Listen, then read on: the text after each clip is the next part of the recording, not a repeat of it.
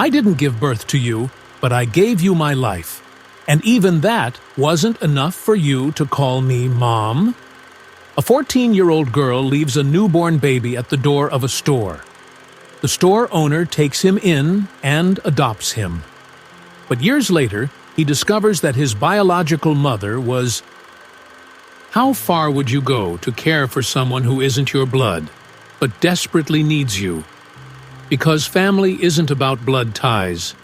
It's about who stays when everyone else walks away. The tick-tock of the clock on the wall was the only sound within the small house.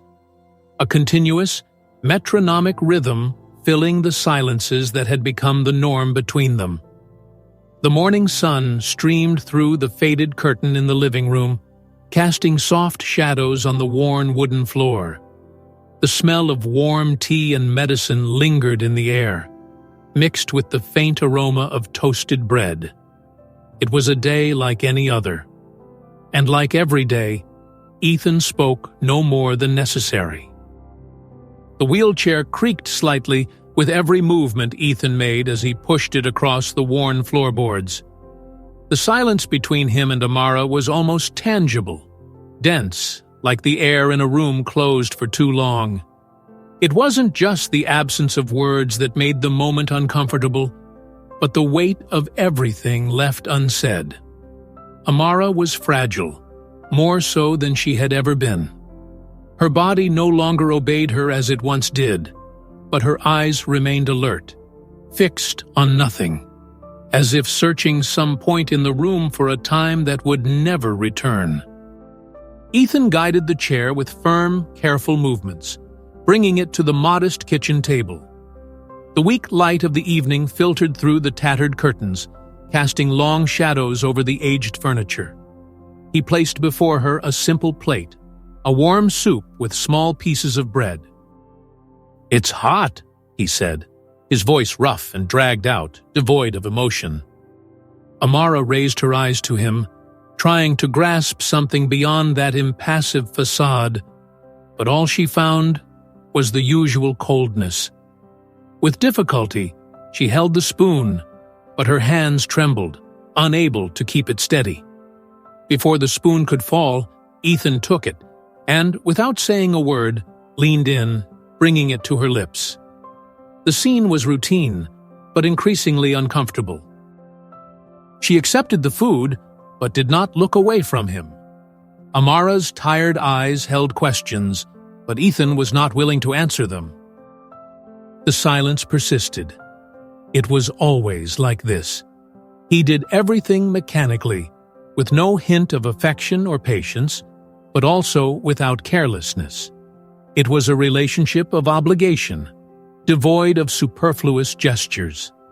The time between them seemed to have stopped at some distant point, frozen in a past they both avoided confronting directly. Amara watched Ethan move away from the table and start cleaning the small kitchen. Her adoptive son had always been meticulous, methodical, but now there was something different about his posture, something she couldn't quite define. Was it resentment, indifference, or just an exhaustion that had never been expressed in words? "You never talk much, do you?" Her voice came out weak, almost a whisper. Ethan paused for a brief moment before continuing to scrub a glass. "There's not much to say." "There's always something." She tried to smile, but the gesture got stuck halfway, as if she no longer had the strength to complete even simple expressions. He didn't respond.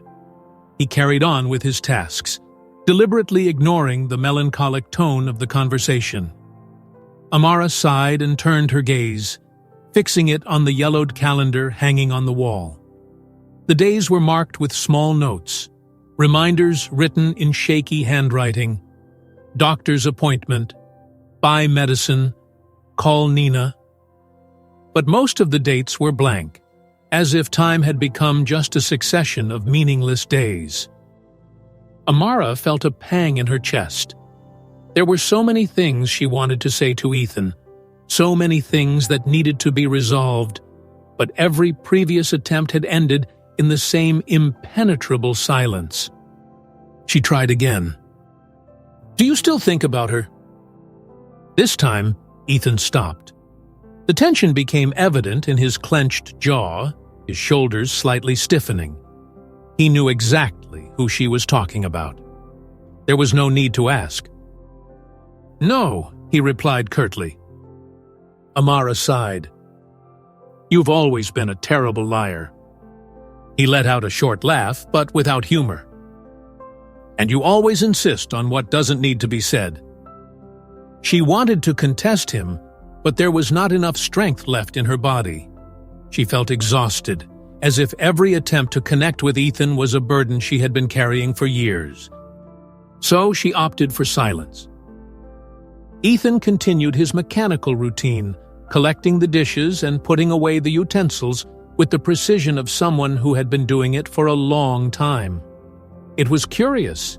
He knew exactly where everything was familiar with Amara's medications, the exact times for each dose, the foods she could or couldn't eat. And yet, it all felt like an empty protocol, devoid of any real emotional bond. After some time, he pushed the wheelchair back to Amara's small bedroom. It was a simple room with a neatly made single bed, a shelf with a few books, and a dresser holding some old photographs. Ethan avoided looking at those pictures. The past didn't interest him. Or perhaps it haunted him. He settled her in bed, pulling the blanket over her legs. "If you need anything, call me." Amara grasped his wrist before he could move away. "Ethan." He didn't look at her. "What is it?" She swallowed hard, trying to find the right words. But then her eyes fell on the small bracelet resting on the bedside table. An old bracelet, worn by time, with a name engraved in tiny letters. Ethan. And there it was, the inevitable memory, the past coming to the surface. She slid her fingers over the small object and closed her eyes for a moment. When she opened them again, she seemed distant, as if her mind were returning to a time long before that moment. Ethan noticed the change in her expression and, for a moment, hesitated. "What is it?" he asked, his voice slightly softer. Amara smiled in a strange way, a smile filled with something he couldn't decipher. "You don't remember, do you?" He frowned. "Remember what?" She didn't answer. She simply closed her eyes, letting out a deep sigh. And then silence filled the room once more. But this time, it wasn't the same silence as before. It was a silence that carried memories. A silence that announced that something was about to be revealed. And then everything began to dissolve. The present slowly faded away, making room for the past. Time began to rewind. We go back to the day it all began. To the moment when the little baby, with the bracelet on his wrist, was left behind. And for the first time in years, Ethan couldn't shake the feeling that something inside him was about to be unearthed. Something he had buried for a long time. But now, there was no more escaping. We go back 25 years. The smell of fresh coffee mixed with the aroma of aged wood lingered in the air as Amara organized the shelves of her small store. The neighborhood, with its narrow streets and cracked sidewalks, pulsed with the movement of the late afternoon. Workers returned home after long shifts at the local factory. Mothers hurried children along by the hand, and the shop's doorbell rang from time to time, announcing a hurried customer. Amara's convenience store was simple, but essential to the community.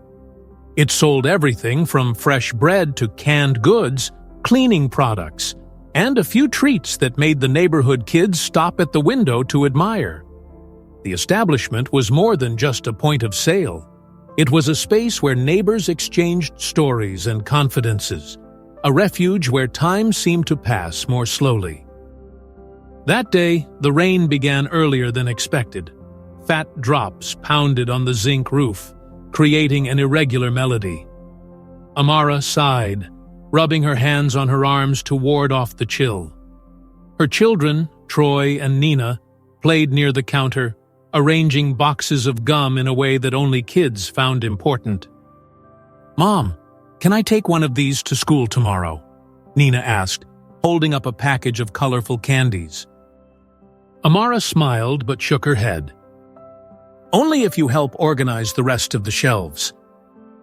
Nina huffed but complied. Troy, on the other hand, had always been quieter, watching his mother with a maturity beyond his 10 years. He understood that the store was the heart of the family, that each sale meant a little more stability.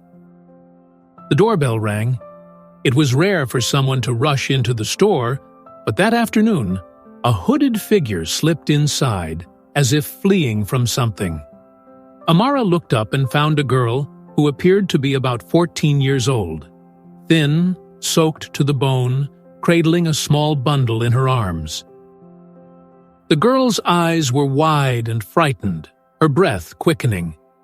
The tattered jacket she wore seemed too big for her frail body, and her pale skin contrasted sharply with the black hair plastered to her face. But nothing caught Amara's attention more than the tiny baby wrapped in a thin blanket, its minuscule arms trembling. Can I leave him here for a little while?" Her voice was an urgent whisper. Amara's maternal instinct kicked in immediately, but her rational mind hesitated. A girl so young, holding a baby. Her heart raced. "Are you okay?" Amara asked, taking a step forward. The girl bit her lip, glancing around as if expecting someone to follow her. The baby whined softly. "I need to step out for a bit. It'll be quick. Please, just take care of him. I'll be back soon." The phrase was a desperate plea, but carried something deeper. Fear. Amara recognized it in the way the girl held the child, a mix of affection and hesitation, as if part of her wanted to stay, but knew she couldn't.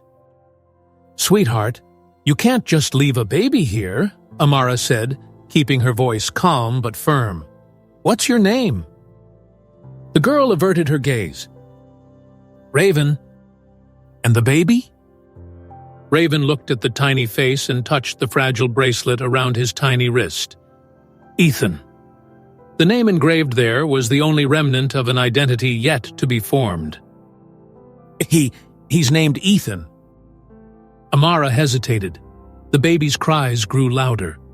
For a moment, Amara felt frozen in place. The warmth of the tiny body against hers stirred something within her. The baby was so light, so vulnerable, so alone. Nina and Troy approached cautiously. "Who was that girl?" Nina asked. "I don't know," Amara replied, her gaze lost on the open door. "She'll come back, right?" Troy asked, but his voice suggested he already knew the answer. Amara didn't respond. Hours passed. The rain subsided, and Raven did not return. The store closed, the lights went out, and night fell. Ethan slept, having been fed a bit of warm milk Amara found in the fridge. But the silence in the house was not one of tranquility. It was filled with uncertainty. The next morning, Amara went to the police station. She explained the situation, showed the baby's bracelet, and asked about the girl. But there were no records of a missing Raven. No calls, no reports. It was as if she had never existed. The neighbors began to notice. The baby in her home, the shift in her routine. Whispers arose. Murmurs that it wasn't wise to keep an abandoned child, that the authorities should take care of it. But Amara hesitated. Then the social worker arrived. Ms. Carraway was a middle-aged woman with thin glasses and an evaluative gaze. She sat at Amara's kitchen table and observed the house closely. Ethan slept in a makeshift crib in the corner. You understand that keeping a child without notifying social services could be a problem, right? The woman said, crossing her arms. Amara nodded, clasping her hands on the table. I went to the police station. No one came to claim the baby. There's been no report. What was I supposed to do? Leave him on the street? The social worker sighed, flipping through some notes. Your record is clean, Mrs. Callahan. I know you have 2 children and that you run the store alone. But raising another child, you know it won't be easy. It never has been, Amara replied, her voice steady. The woman watched Ethan sleep for a moment, then stood up. Idru, we'll keep the child under observation. If no one claims custody, we might find a solution. Solution. The word echoed in Amara's mind as she looked at Ethan. He was still so small, so defenseless, as if a simple gust of wind could carry him away. Troy and Nina didn't know how to react. Troy remained silent, absorbing everything, while Nina asked relentless questions about what would happen next. Is Mommy going to keep him? She asked, tugging at the hem of Amara's skirt. Amara looked at her children. They already had so little. They faced so many challenges. And yet, deep down, she knew the answer. That night, Amara stayed awake beside the makeshift crib. She watched the baby breathe softly, his delicate skin, his tiny fingers. And then she realized something. Love does not stem from obligation or logic. Love simply happens. When the sun rose, she knew what she needed to do. The decision was made. Ethan would stay. The future was uncertain, the challenges immense. But for the first time in a long time, Amara felt that this was the right choice. However, outside in the silent city, an undiscovered truth lingered in the air. Raven would never return. And with that absence, buried secrets began to grow like invisible roots. Secrets that would one day come to light. Ethan's silence and Amara's quiet struggle leave so many questions unanswered. What happened in the past to create such a cold distance between them? We're about to uncover the truth. But before we continue, take a second to subscribe, hit the like button, and leave a comment. Your support is truly important for the growth of this channel. Thank you. Now, let's get back to the story. The silence inside the house felt denser than ever. Ethan's slow breathing filled the dark space, his small body moving almost imperceptibly in the makeshift crib beside Amara's bed. She watched him, as she did every night, waiting for some sound, some sudden movement that would tell her he needed her. But nothing happened. He didn't cry, didn't move much, just slept with an unsettling serenity. Months passed, and despite the uncertainties, Amara made her definitive decision. The adoption was official. Ethan now carried her last name. He was her son. But not everything was as simple as signing a document and moving on. The reality was harsher. The neighborhood, once welcoming and supportive, began to change. Whispers on street corners, suspicious glances every time she walked by with the baby in her arms. Some people openly said it wasn't right what she was doing, that taking in an unknown baby was bringing trouble home. You already have 2 children to raise, Amara. How do you think you'll support another one? Questioned Mrs. Goldstein, the elderly woman who had been a regular at her shop for years, her gaze heavy with judgment. Amara simply smiled and shrugged, refusing to fuel the discussions. But deep down, she knew that was a question echoing within her too. Money was tight. Very tight.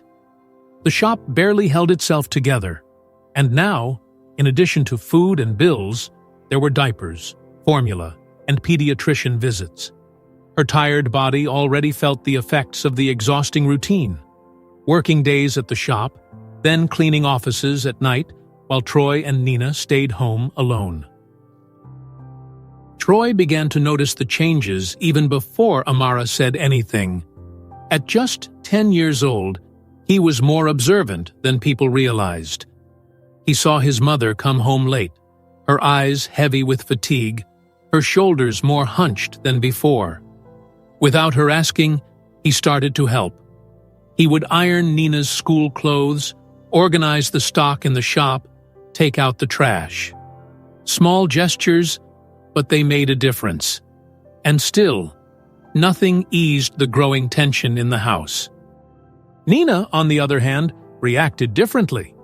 She had always been the most sensitive of the three, and even without wanting to, she felt a weight in her chest every time she looked at Ethan.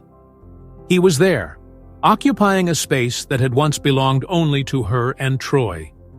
Yet, at the same time, there was something about him that knotted her stomach. He didn't cry like other babies. When she made faces or played, trying to elicit a smile, he would simply stare back at her with wide, vacant eyes. That unsettled her, and, in a way, scared her. One night, while Amara prepared dinner, Nina approached hesitantly, biting her lip. "Mom, is something wrong with Ethan?" Amara paused what she was doing and turned to her daughter. "Wrong? What do you mean by that?" Nina shrugged, her fingers playing with the hem of her dress. "He never laughs, never cries. He seems empty." Those words lingered in Amara's mind for days. Indeed, Ethan was an unusual baby.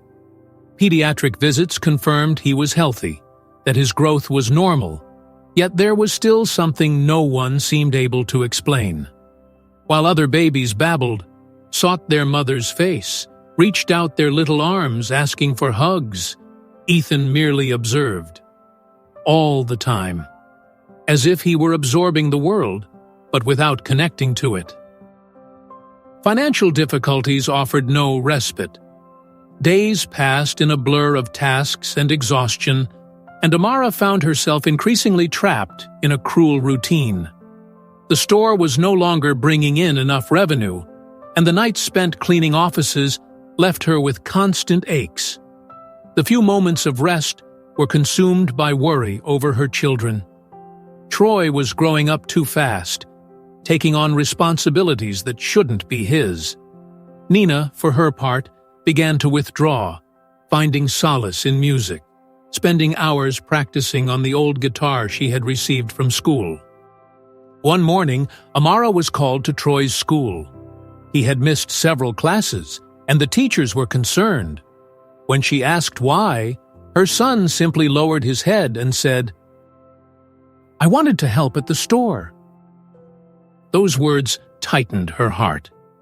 Troy was just a child, and he was already sacrificing his childhood to try to lighten her load. Something inside Amara broke at that moment. The guilt weighed as heavily as the exhaustion. Nina was also grappling with her own conflicts. Music was her passion, but the family's reality made everything feel like an unattainable luxury. She had talent. Teachers said so. But how could she continue investing in a dream when her mother could barely pay the bills? The money for a new guitar string was the same money needed for food, and Nina knew that. Meanwhile, Ethan grew in silence. One night, after a long day, Amara sat by the crib, watching him sleep. The shadows from the dim lamp cast gentle outlines on his face. He breathed slowly, his chest rising and falling in a steady rhythm. Then, as if sensing her presence, his tiny hand moved in the dark and found her finger. An involuntary gesture, simple, but it warmed something inside Amara. She held that tiny finger, feeling the softness of his infant skin. There were no smiles, no words, Just that small contact. A silent bond, yet strong. As if, somehow, he knew she was there. And for the first time in a long while, Amara allowed herself to cry. The months would continue to pass. The difficulties would not cease. But there, in that moment, she knew that no matter what happened, Ethan was her son, and she would fight for him until the end. But far away, hidden among dark alleys and nameless streets, a truth remained concealed, a buried secret that would one day find its way back to them. And when that happened, nothing would ever be the same. Years went by, and Amara's house felt increasingly small in the face of the growing difficulties that accompanied her children. Ethan was now 7 years old, and his presence in the family became a source of unease for everyone. He neither cried, nor laughed, nor got angry. It was as if the emotions that filled others simply did not exist within him. At first, Amara tried to justify it to herself.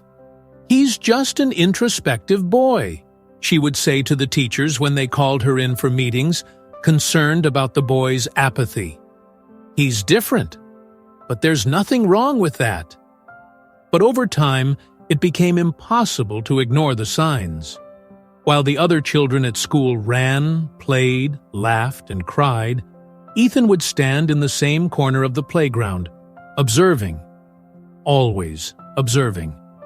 He never interacted unless forced to do so. If a ball rolled near him, he simply left it there, even when someone shouted his name asking to throw it back. If a classmate fell and scraped their knee, he would watch but show no reaction whatsoever. At home, things were no different. Troy, now 16, had taken on a part-time job at a supermarket to help with expenses. Amara had managed to get a job at the local factory, working exhausting shifts that drained her energy. Nina, on the other hand, found solace in music, participating in the church choir, where for at least a few hours she could feel part of something harmonious and beautiful. But every time she returned home, she felt the weight of the charged atmosphere that seemed to follow Ethan. The discomfort grew when an incident happened in the backyard. Nina was coming home from school when she saw Ethan sitting on the grass, staring intently at something. As she approached, her body tensed. On the ground, a small bird struggled to breathe. One of its wings twisted at an odd angle, likely the result of a fall from the roof. The animal was thrashing about, its tiny chest rising and falling rapidly. But Ethan seemed unaffected. He simply watched. "Ethan!" Nina swallowed hard, the discomfort growing in her chest. "What are you doing?" He turned his face towards her, his expression devoid of emotion, as always. "I'm waiting to see how long it takes for him to stop moving." Shock coursed through Nina like a thunderclap. A chill ran down her spine, and she felt her stomach churn.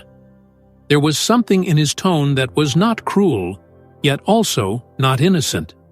It was merely a fact, a cold and logical observation. "You can't just let him die like this," she exclaimed, bending down to pick up the bird. "Why not?" Ethan asked, genuinely curious. She didn't answer. She didn't know how to respond. She simply gathered the bird carefully and rushed inside, leaving Ethan sitting in the same spot, watching the emptiness. That night, Nina told Troy about what happened, and, for the first time, the siblings openly discussed their feelings about Ethan. Troy didn't want to believe that something was wrong with the boy, but the incident with the bird wasn't the first sign. There was something about Ethan that made Troy want to stay alert at all times. The school also began to notice the strange behaviors. One day, during recess, 2 boys started fighting. Shoving, shouting. One of them fell to the ground. Normally, the other kids would either back away or call for a teacher. But Ethan just stood there, watching, impassive, as if the scene had no impact on him. Later, when questioned by the principal about why he hadn't alerted an adult or tried to intervene, he simply replied, "It wasn't about me." The report reached Amara.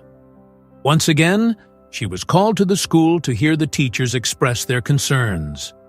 Sitting at the principal's desk, she felt her heart tighten. She already knew everything they were going to say. That Ethan didn't show empathy, that he seemed indifferent to others' emotions, that he avoided interactions, that something about him felt absent. "We're not saying there's something wrong," said the school counselor, choosing her words carefully. "But it might be worth considering that Ethan could benefit from a psychological evaluation." The problem was that Amara knew she couldn't afford it. Every penny she earned at the factory and the store went to pay bills, buy food, and ensure that Troy and Nina could continue their studies. Moreover, the store was facing a terrible blow. A large convenience store had opened in the neighborhood with unbeatable prices, young employees, and always stocked shelves. Amara's small grocery store, already struggling to stay afloat, felt the impact immediately. Foot traffic had dropped by half, and her worries had doubled. One night, while reorganizing some boxes at the counter, she felt a presence behind her. Turning around, she found Mrs. Carraway, the social worker who had shown up years ago when Ethan was still a baby. "You've been working too hard," the woman remarked, crossing her arms. "Hard work keeps the house standing," Amara replied, trying to ignore the uncomfortable sensation of the conversation. Mrs. Carraway tilted her head slightly. "And have you been managing?" she asked, straightforwardly. Amara felt a knot in her stomach. There was something in the social worker's gaze that made her feel exposed. "We're fine." "Is that what it looks like?" She didn't respond. She knew where this conversation was heading. "Amara," the social worker sighed, softening her tone. "I see how hard you're trying. But taking care of 3 children alone, especially with the challenges you're facing, perhaps it's time to consider if Ethan might be better off in a more structured environment." The words fell like stones on Amara's chest. "Are you suggesting I give up my son?" "I'm suggesting that maybe he needs help that you, alone, can't provide." Rage surged within her. "I would never abandon Ethan. Never." Mrs. Carraway held her gaze for a few seconds before nodding slowly. "All right, but be cautious, Amara, because if you can't care for him in the way he needs, the state may have to intervene." The woman turned and left the store, leaving Amara there, fists clenched and breathing heavily. Her heart raced, but it wasn't out of fear. It was out of fury. No one would take Ethan from her. No one. However, when she got home that night and found Troy sitting in the kitchen, looking at her with a mix of concern and hesitation, she felt her determination waver. "Mom," he began, avoiding her gaze, "I know you love Ethan, but have you thought about whether it might be better for him to be with another family?" Amara felt the impact of those words like a blow. "What are you saying?" Troy swallowed hard, looking away. "He's strange, Mom. He doesn't feel anything. I know you see that, and I know you're tired." The silence that followed was heavy. Amara wanted to scream, wanted to say he was wrong. But for the first time, doubt crept inside her like a shadow. Up in his room, away from everything, Ethan lay awake, absorbing every word. He didn't react. He felt neither fear nor sadness. He simply absorbed the information, as he always did. And for the first time, he wondered, if my family sees me as a problem, what happens to me next? And the answer to that question would come sooner than he imagined. Amara's house seemed to shrink with each passing year, overwhelmed by the growth of her children and the multiplying worries that came with it. Ethan was now 12, almost 13, and his presence, or rather, his emotional absence, was a constant weight in the family atmosphere. Troy and Nina, both young adults on the brink of college or entering the workforce, were increasingly distant from the household routine, leaving Amara overwhelmed, trapped in a cycle of debt and exhaustion. The store, which had once been her livelihood, had now become a burden on the brink of collapse, with overdue bills and empty shelves. Ethan, in turn, remained oblivious to it all. His indifference seemed to grow in tandem with him. Amara noticed he never asked about the family, never showed interest in the problems around him. He simply existed there, moving through the space like a silent specter, going through his routine without any apparent emotion. If Amara was anxious about the bills or concerned about her health, he merely observed. If Troy and Nina argued about the pressures of adulthood, he remained silent. It was as if nothing in the world affected him. The tension reached its peak one night when Amara, already at her breaking point, gathered her children to discuss the family's financial situation. Sitting around the worn dining table, the atmosphere was heavy. Troy sat with his arms crossed, clearly annoyed, while Nina drummed her fingers on the table, restless. Ethan was there, but it was as if he wasn't. "The store is going downhill," Amara began, massaging her temples. "I've tried. I've done everything I can, but I can't sustain everything alone anymore." Troy let out an impatient sigh. "We know that, Mom, but what can we do other than what we're already doing?" "I just want you to understand that I need your help," Amara said, trying to keep her composure. "Especially with Ethan." An uncomfortable silence hung in the air. Nina averted her gaze. Troy pressed his lips together, as if holding back words he preferred not to say. But he could no longer contain himself. "We can't, Mom," he finally said. "We can't take care of Ethan all the time." Nina's eyes widened in surprise at her brother's bluntness, but she didn't disagree. Amara felt a tightness in her chest. "What are you saying?" Her voice came out low, almost a whisper. Troy took a deep breath before continuing. "He doesn't talk to us. He doesn't care about anything. It's like he's not even here. Can't you see that?" Amara looked at Ethan. He was sitting there, listening to everything, but there was no reaction on his face. No hint of sadness, no suppressed anger. Just the same empty gaze as always. "Ethan," Amara tried, hoping he would say something, anything. But he merely blinked slowly and looked away, as if the conversation didn't concern him, as if he were a stranger in his own home. The following weekend, Amara took them to the small park in town, a place they used to visit when Troy and Nina were younger. It was a refuge amid the chaos, a spot where, for a few hours, they could pretend life wasn't so hard. The park wasn't large, but it had a tranquil pond where ducks swam, a few scattered trees providing shade, and benches worn by time. While Troy and Nina walked through the park chatting, Ethan sat by the pond. He wasn't playing, he wasn't running around. He was just watching the water. His gaze was fixed and distant. The shimmering reflection of the surface seemed to hold him captive, as if there was something there that only he could see. Amara, exhausted, sat on a nearby bench and sighed, covering her face with her hands. The weight of the years and worries was becoming unbearable. Her shoulders trembled slightly, and she realized she couldn't hold back the tears. It wasn't just about the store or the bills.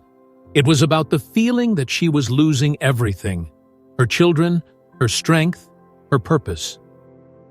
For a moment, The world around her seemed to fade away, until she felt a light touch on her hand. When she looked up, she saw Ethan beside her, extending a handkerchief. She blinked, surprised. There was no emotion on his face, no trace of compassion, no look of sorrow, but he was there, and he had made a gesture, small, insignificant to anyone else. But for Amara, it was enough. She took the handkerchief and tried to smile, even with her eyes brimming with tears. "Thank you, Ethan." He didn't respond. He simply turned back to look at the pond. It was a simple gesture, but it was the first time he had offered something without it being asked for. The tranquility of the park didn't last long. The next day, when Amara arrived at the store, she found an unexpected figure waiting for her outside, Mrs. Carraway. Amara's heart raced. She knew the woman wouldn't show up without a reason. Adjusting her apron, she forced a smile. "How can I help you, Mrs. Carraway?" The social worker held a brown paper folder in her hands. Her dark eyes studied Amara cautiously. "I came because I discovered something about Raven." The name hit Amara like a blow to the stomach. She hadn't heard that name in years. "What?" Her voice came out quieter than she intended. Mrs. Carraway raised the folder. "It's all in here." Amara felt cold sweat trickle down her neck. "What's in there?" "Something that could change everything you think you know about Ethan." The air around her felt heavier. Amara didn't know what to expect, but she was sure of one thing. Whatever was inside that folder would bring consequences she wasn't ready to face. She took the folder with trembling hands and held it against her chest, as if she could prevent the truths contained within from escaping. "Do I need to open this now?" she asked, her voice choked. Mrs. Carraway shrugged. "It just depends on how long you want to stay in the dark." Amara looked at the store, then back at the folder in her hands. A part of her wanted to open it right then and end the uncertainty. But another part wanted to hold on to it forever and never know what was inside. Because deep down, Amara already sensed that this truth would not bring relief. It would only bring a weight she might not be ready to bear. And so, hesitantly, she made her decision. Amara felt the weight of the brown paper folder in her hands, as if that envelope carried not just papers, but a truth capable of crumbling everything she had built over the past few years. Fear consumed her. She tucked the folder into the back of her drawer, among overdue bills and old documents, promising herself she would open it when she was ready. But that day never came. Time passed. The envelope remained untouched, like a secret buried in silence. Until one night, Ethan found it. He had never been curious about the past, but that night, while searching for something in Amara's makeshift office, his eyes landed on the folder. Her name was scrawled in the upper corner. That was enough. He sat down on the cold floor of the room and pulled the papers out, feeling his heart race with each sheet he turned. The documents were records about Raven, his biological mother, old newspaper clippings, a police report. At the center of it all, one single phrase exploded in his mind like thunder. Raven Castillo, 14 years old, found dead just hours after leaving her newborn son at a local establishment. Ethan's blood ran cold. He read and reread the words as if trying to find a mistake, something that would deny that information. But there was no mistake. The report was clear. Raven had been murdered that same night. And Amara had known. His hands trembled as he held the papers. His lungs felt incapable of drawing in air. Why hadn't anyone told him? Why had his adoptive mother, the woman he considered the only maternal figure in his life, hidden this from him. Fury surged through his chest like an uncontrollable fire. He stood up abruptly, clutching the documents as if they were burning in his hands. His footsteps echoed through the house as he marched toward the room where Amara was resting. She looked up when Ethan entered. It took her just a second to grasp what had happened. "You knew!" Ethan's voice came out in a tone Amara had never heard before. "You knew all this time and never told me." Amara's face paled. She leaned forward in her chair, trying to find words that could explain, that could soften, that could make him understand. But there were no words that could contain the fury in his eyes. "Ethan, I just wanted to protect you." Her voice was low, trembling. He laughed. But it was not a laugh of humor. It was a cold, empty laugh filled with disappointment. "Protect me from what? From knowing that my mother died? From knowing that I never had the chance to know her?" His voice rose. "You lied to me. You pretended this didn't exist." Amara tried to stand, but her body did not match the urgency of her soul. She felt weak, tired. She felt the weight of years of secrets crashing down on her. Ethan, however, did not care. His eyes were filled with something she had never seen before. Pure rage. "You've always been so quiet," Amara said, her voice choked with emotion. "Always so distant. I just wanted you to have a chance to be happy without carrying this burden." "And what you did was rob me of my choice!" Ethan shouted, his voice echoing through the house. Rage grew within him like an uncontrollable tidal wave. In a fit, he grabbed a vase from the table and hurled it against the wall. The glass shattered into 1,000 pieces across the floor. Nina appeared in the doorway, startled, while Troy followed closely behind her. "Ethan!" Nina called, but he didn't even look at her. "I'm not staying here," he said, his words sharp. "I can't live in this house anymore." Amara felt a tightening in her chest. Everything was crumbling. "Ethan, please!" she tried, but he was already grabbing his jacket. Troy stepped forward, attempting to block the exit. "Where do you think you're going? You think you can just leave and forget all of this?" Ethan stared at him for a long moment. His eyes were empty, but his decision was made. "Yes." He pushed past Troy, lightly shoving him aside, and stepped out the door. The silence left behind was deafening. Amara remained motionless for a few moments after Ethan left. Her breathing was uneven, her chest heavy. Then, something within her failed. Her entire body shook, her vision blurred. A buzzing filled her ears. "Mom!" Nina ran to hold her when Amara collapsed onto the chair, her skin cold as ice. Troy immediately approached, grabbing the phone to call for emergency help. "She's pale," Nina said, gripping her mother's hand tightly. "Mom, stay with me!" But Amara couldn't respond. Her body refused to react. Minutes later, the ambulance arrived. The paramedics moved quickly, placing her on a stretcher. As she was taken into the vehicle, Nina looked back at the door of the house, hoping Ethan would appear. But he was not there. He would not come back. Ethan walked through unfamiliar streets that night. The wind cut through his skin, but he felt no cold.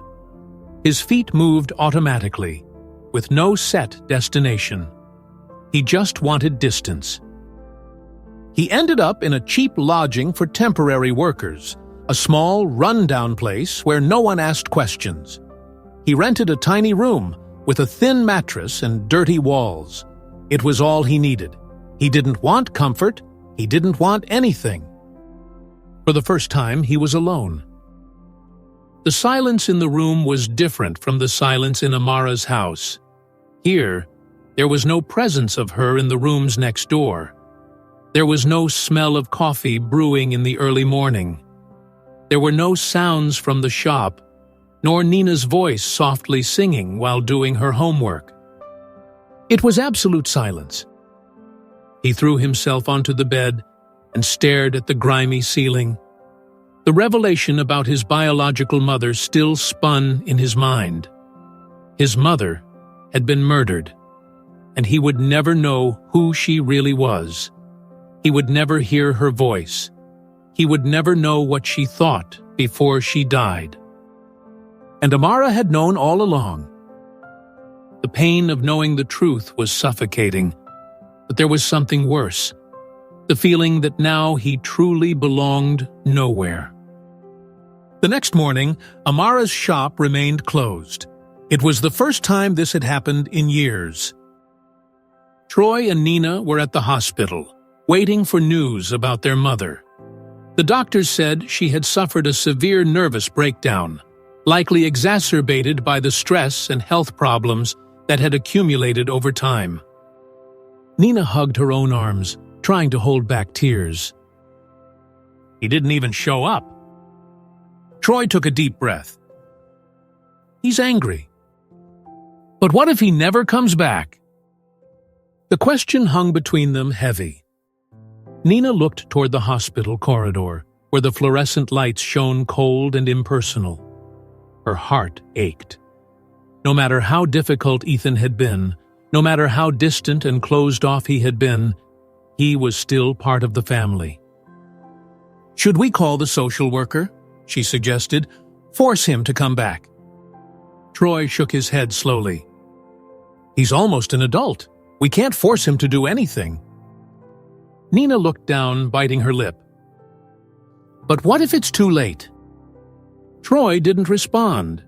He just looked at their mother, lying in the hospital bed, and thought the same thing.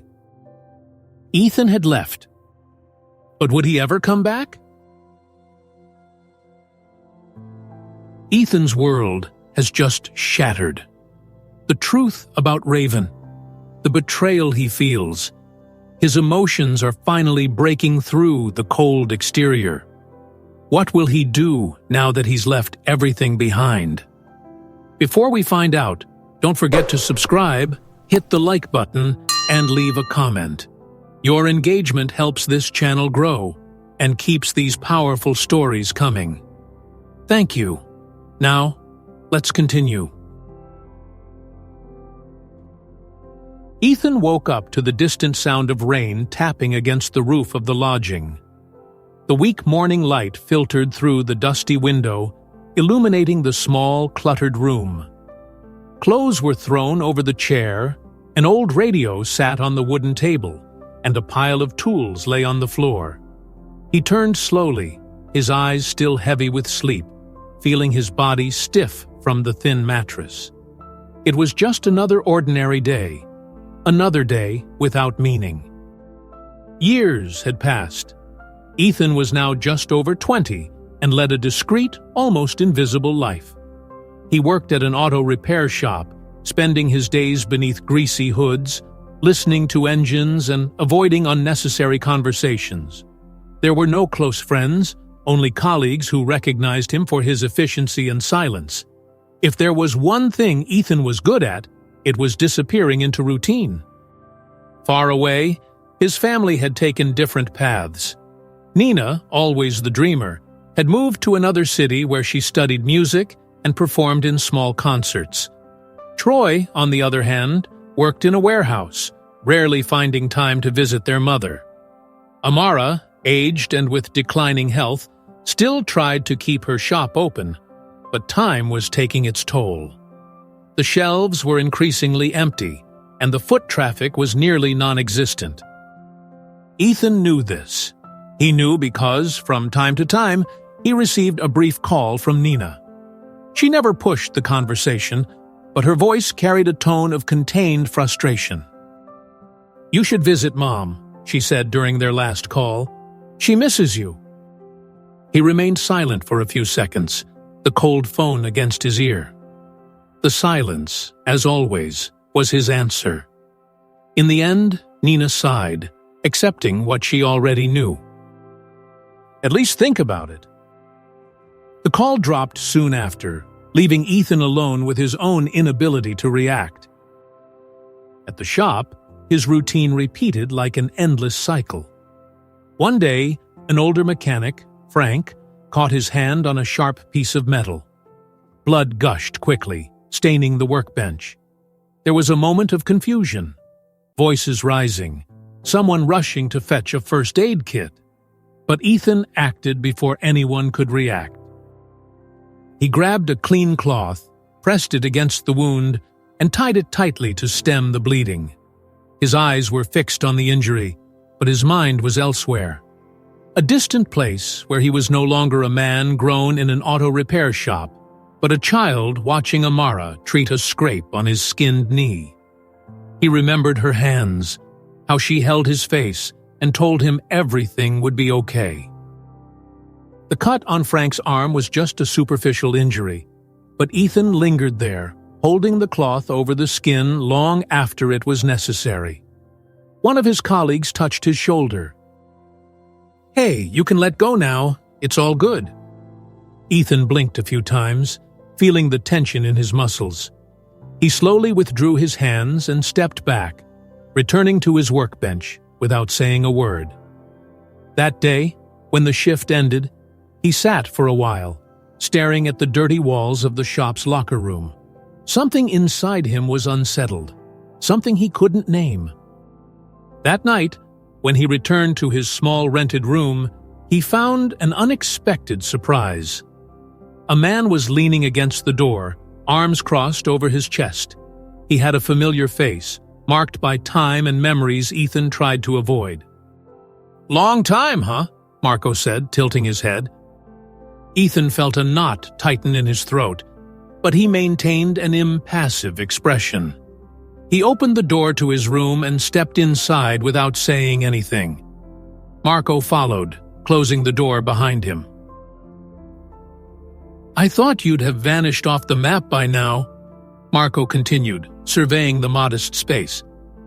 "But looks like you're just floating around." Ethan took off his jacket and tossed it onto the bed. His gaze rested on the man in front of him, assessing whether he was a threat or just an annoyance. "What do you want?" he asked, his voice deep and emotionless. "Just checking in to see how you're doing," Marco replied with a shrug. "And maybe reminding you of where you came from." Ethan's stomach churned. He knew where that conversation was headed. Marco always brought up Raven, as if she were a ghost that would never let him move on. "I don't need reminders," Ethan cut in, his voice sharp. "I've buried everything I needed to bury."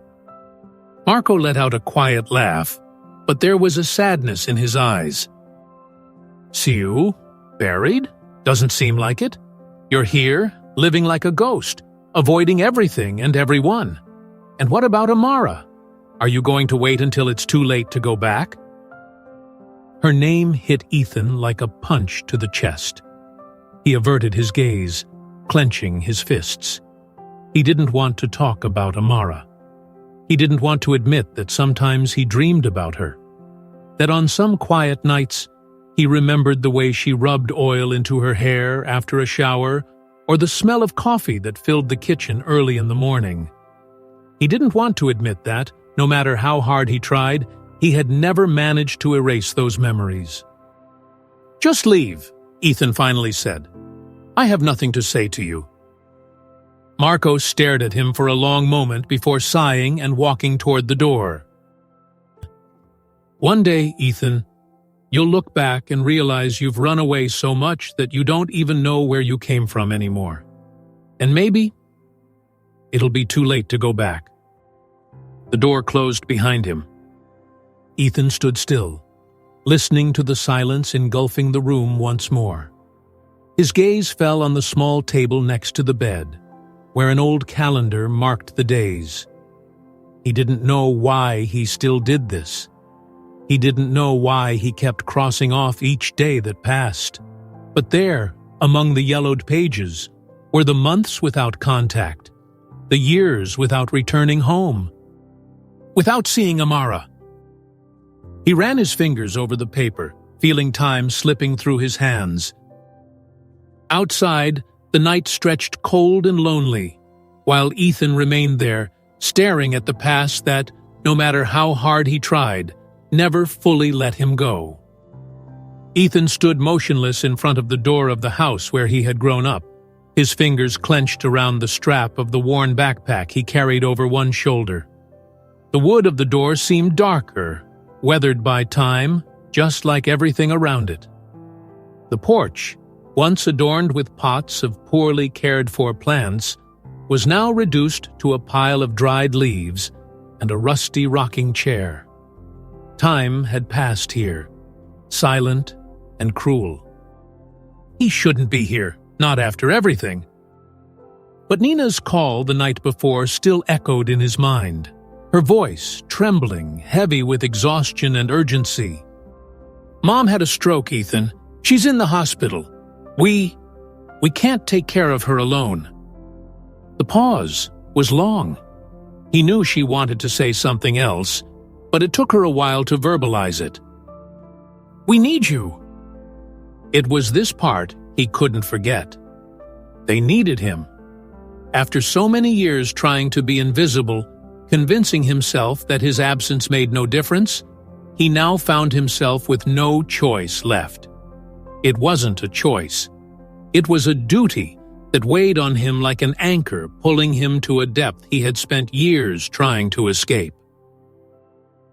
Releasing the air slowly, he turned the doorknob and stepped inside. The smell of the house was no longer the same.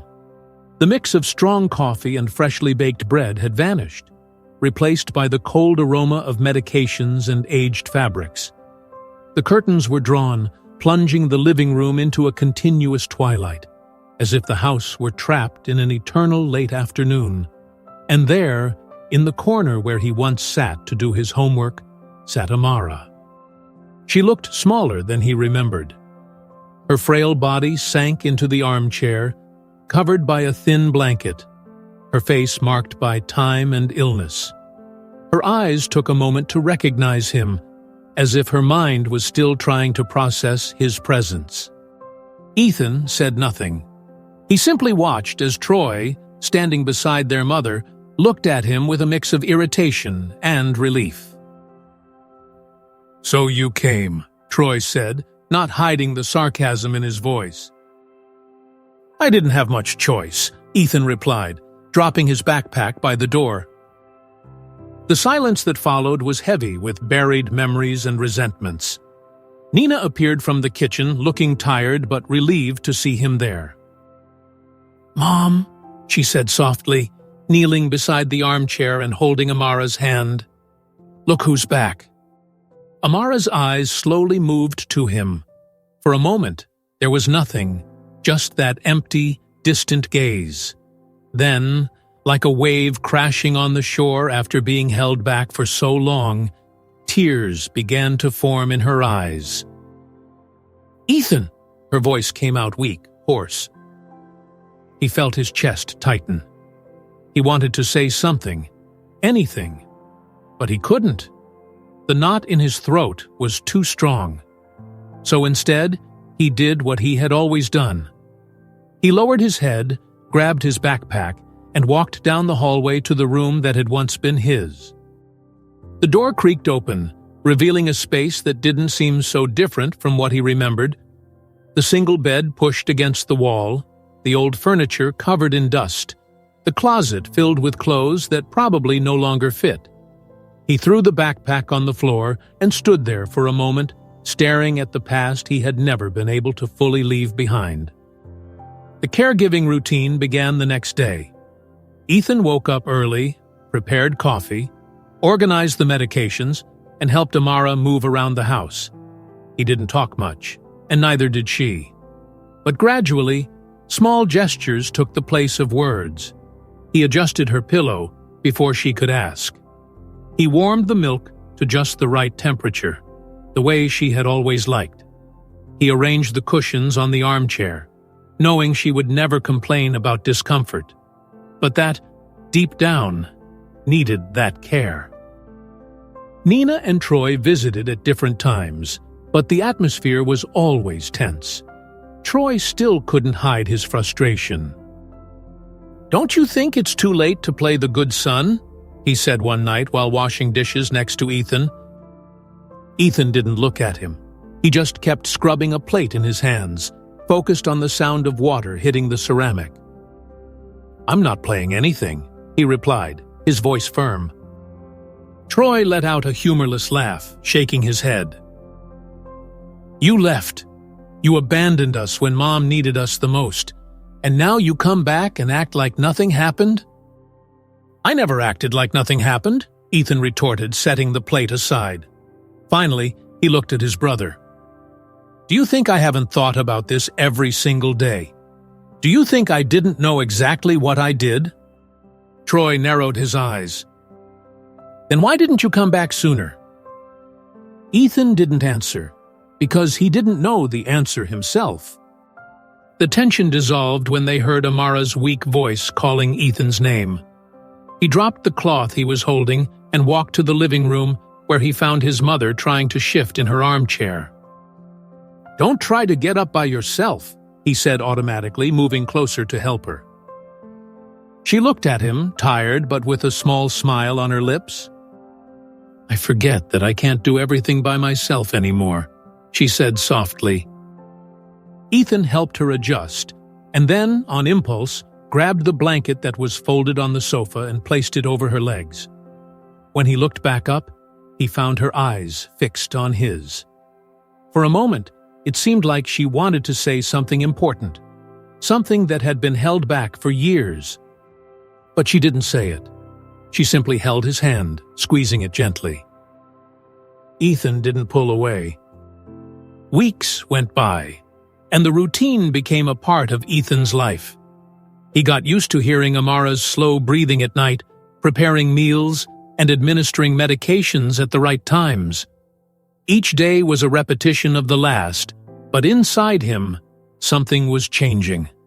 Small things that once seemed insignificant now carried weight, like the sound of the old radio playing the songs Amara loved, like the smell of the coffee he brewed that she sometimes just held between her hands without drinking. One night, while organizing the kitchen cabinets, he found a small box at the back of a drawer. It was filled with old photographs. Some were of Troy and Nina as children. Others were of the store, back in the days when business was good, and Amara smiled behind the counter. But among them was a photo of him. Still a child, holding an old backpack while looking at the camera with a serious expression. He turned the photo over and saw something written on the back. The handwriting was Amara's.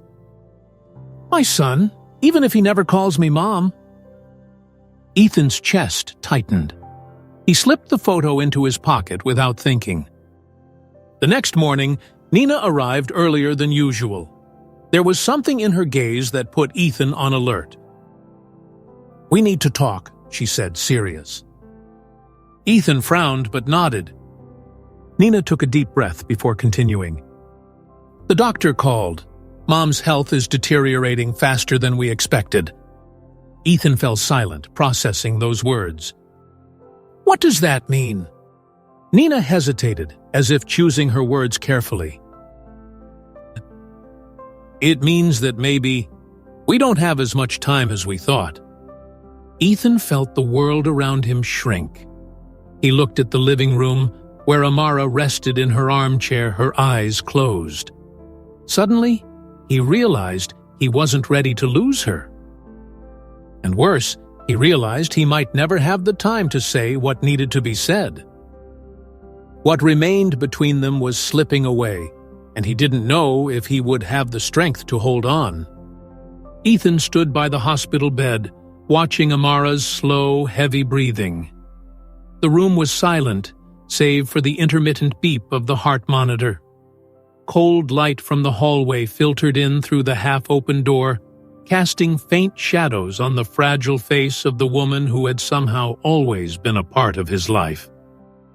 Hours earlier, she had shown a slight improvement, small advancements that gave Troy and Nina the illusion that things were finally stabilizing. But Ethan knew that didn't mean anything.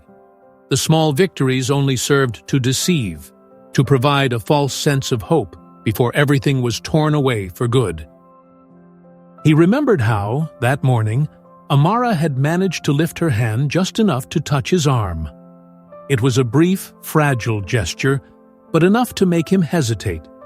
She had tried to say something, but he had stepped back before the words could form. Now, standing there, watching her more vulnerable than ever, he realized he had been running away for far too long. Running from Amara, running from the truth, running from himself. The sound of the wind against the window made his eyes wander around the room. The storm had begun, as if the world outside mirrored the chaos within him. Amara stirred slightly, her eyes opening slowly. "Ethan!" Her voice came out hoarse, a tired whisper. He didn't respond immediately. He just looked at her, waiting for her to continue. But Amara closed her eyes for a moment before trying again. "I wanted—" She took a deep breath, as if gathering the strength to speak was a hard-fought battle. "I wanted to tell you before, about Raven, about everything." Ethan felt his fingers tighten around the bed rail. "You thought hiding this would make a difference?" The question came out emotionless, but there was something almost imperceptible in his voice, something he couldn't quite name. Amara shut her eyes for an instant before shaking her head gently. "No, I just didn't want you to carry this alone." He looked away. He didn't want to admit it, but those words struck a deep chord within him. For so long, he thought he had been deceived, that Amara had wanted to mold him in some way, but now he realized that perhaps her intention had never been to control. Maybe it was just love. Love in the only way she knew how to show. The silence between them stretched until her voice returned, weaker. "You've always been my son, Ethan. I never needed you to say that for me to know." He closed his eyes for a brief moment. He wanted to respond, to say something, but the knot in his throat seemed to prevent any words from coming out. So he simply nodded, even knowing she might not have seen it. The storm outside intensified. Lightning streaked across the sky, casting dancing shadows on the hospital walls. Ethan remained there, motionless, watching her. For a moment, he believed she had fallen asleep again. But then, something changed. Her breathing became more irregular. The monitor began to emit a faster beeping sound. Ethan's chest tightened, and before he could react, the red lights on the control panel flickered. The air in the room felt heavy, suffocating. "No," he murmured, instinctively moving closer to the bed. Amara gasped slightly, her already pale skin taking on a grayer tone. "Someone help me!" Ethan shouted, and for the first time in years, his voice carried something that had never come naturally to him. Desperation. The seconds that followed were a blur. The medical team rushed into the room, moving in a frenzy of hurried motions. A nurse pulled Ethan away, and he let himself be moved, feeling his heart pound so hard against his chest that it felt like it might tear through his skin. Troy and Nina arrived a few minutes later, both with desperate expressions. "What happened?" Nina asked, her eyes wide with panic. Ethan couldn't respond. He just stared into the room, watching the doctors work. Sweat dripped down his forehead. Amara's words echoed in his mind. "You've always been my son, Ethan." And then the worst possible news came. The doctor emerged, a grave expression on his face, and uttered the words Ethan feared the most. "We did everything we could, but if there's another decline tonight, I'm afraid there won't be much more we can do." The room seemed to shrink around him. The weight of those words fell on his chest like a hammer. He stood there, feeling trapped between what had already been lost and what could still be saved. And then, for the first time in his life, he did something he never thought he would do. He sat down beside Amara's bed and held her hand. And he waited, not knowing if dawn would bring relief or farewell. The dim light of dawn filtered through the hospital room curtains, casting soft shadows over the white sheets. The sound of the heart monitors served as a subtle reminder that Amara's time was running out. Ethan, motionless beside the bed, held her hand tightly, as if somehow he could prevent her from leaving. Amara's eyes slowly opened, fragile and weary. Her breathing was shallow, and every movement seemed to require superhuman effort. She tried to say something, her lips moving soundlessly. Ethan watched, feeling a tightness in his chest. He didn't need to hear her to understand. He knew what she wanted. One last gesture, one last confirmation. The hesitation lasted only a moment. Ethan released her hand and stood up, his footsteps echoing on the cold floor. He moved to a table beside the medical equipment, where a small pair of scissors rested among vials of medicine and surgical instruments. His fingers wrapped around them firmly, and he returned to Amara's side. The silence in the room thickened as he lifted the scissors and, without hesitation, began to cut his own hair. Each strand fell gently onto the bed, scattering like fragments of a past he was leaving behind. The sound of metal slicing through hair was almost hypnotic, and when he finished, he took one of the strands and carefully placed it in Amara's trembling hands. Her eyes, clouded by frailty, sparkled with moisture. She grasped the lock of hair with her thin fingers, pressing it against her chest with the little strength she still possessed. A small sigh escaped her lips, and a faint smile formed, heavy with relief and love. It was the greatest expression of affection Ethan could offer, and she understood it. One last breath, and then silence. The heart monitor emitted a continuous sound, the indicator signaling that her heart had stopped. Ethan didn't move. He stayed there, looking at Amara, his expression unchanged. But something inside him had shifted.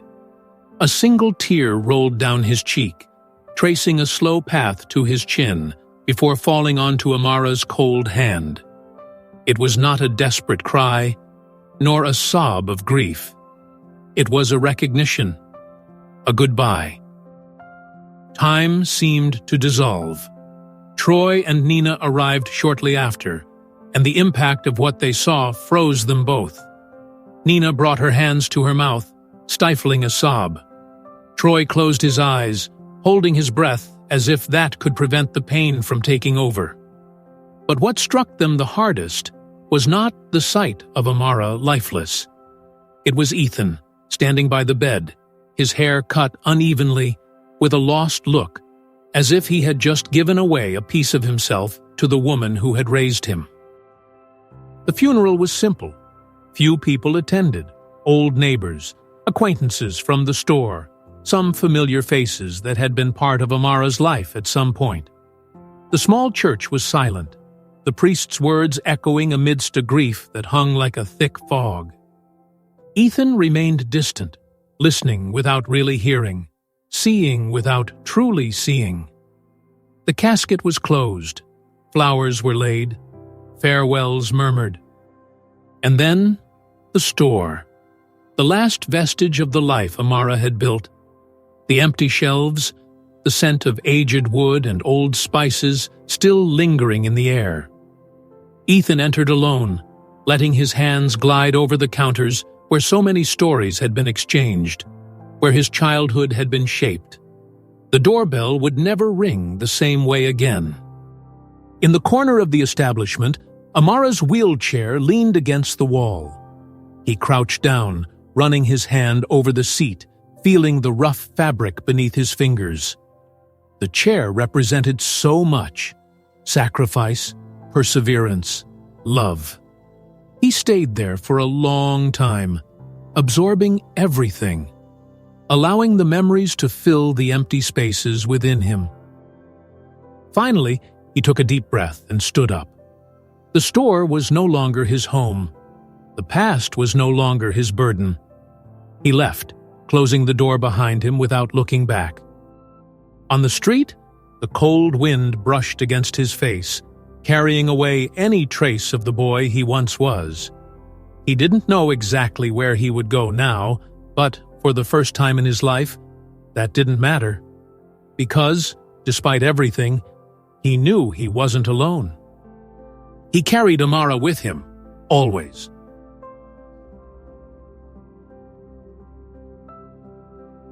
Life is unpredictable, and sometimes love doesn't come in words. It comes in actions, in silent sacrifices, in the moments we fail to notice until it's too late. Ethan may not have expressed love the way most people do, but in his own way, through small gestures and unspoken loyalty, he proved that love doesn't always need to be loud to be real. Amara, with all her flaws and mistakes, gave him something irreplaceable: a home, a chance to belong. In the end, love isn't about perfection. It's about showing up, even when it's difficult. And sometimes, the deepest love is the one we only recognize when it's gone. What about you? Have you ever realized too late how much someone truly meant to you? What did you think of this story? Share your thoughts in the comments. If you enjoyed this story, don't forget to subscribe, hit the notification bell, and leave a like. It helps us a lot. And if you want to experience another moving story, click the recommended video on the screen. Thank you for watching.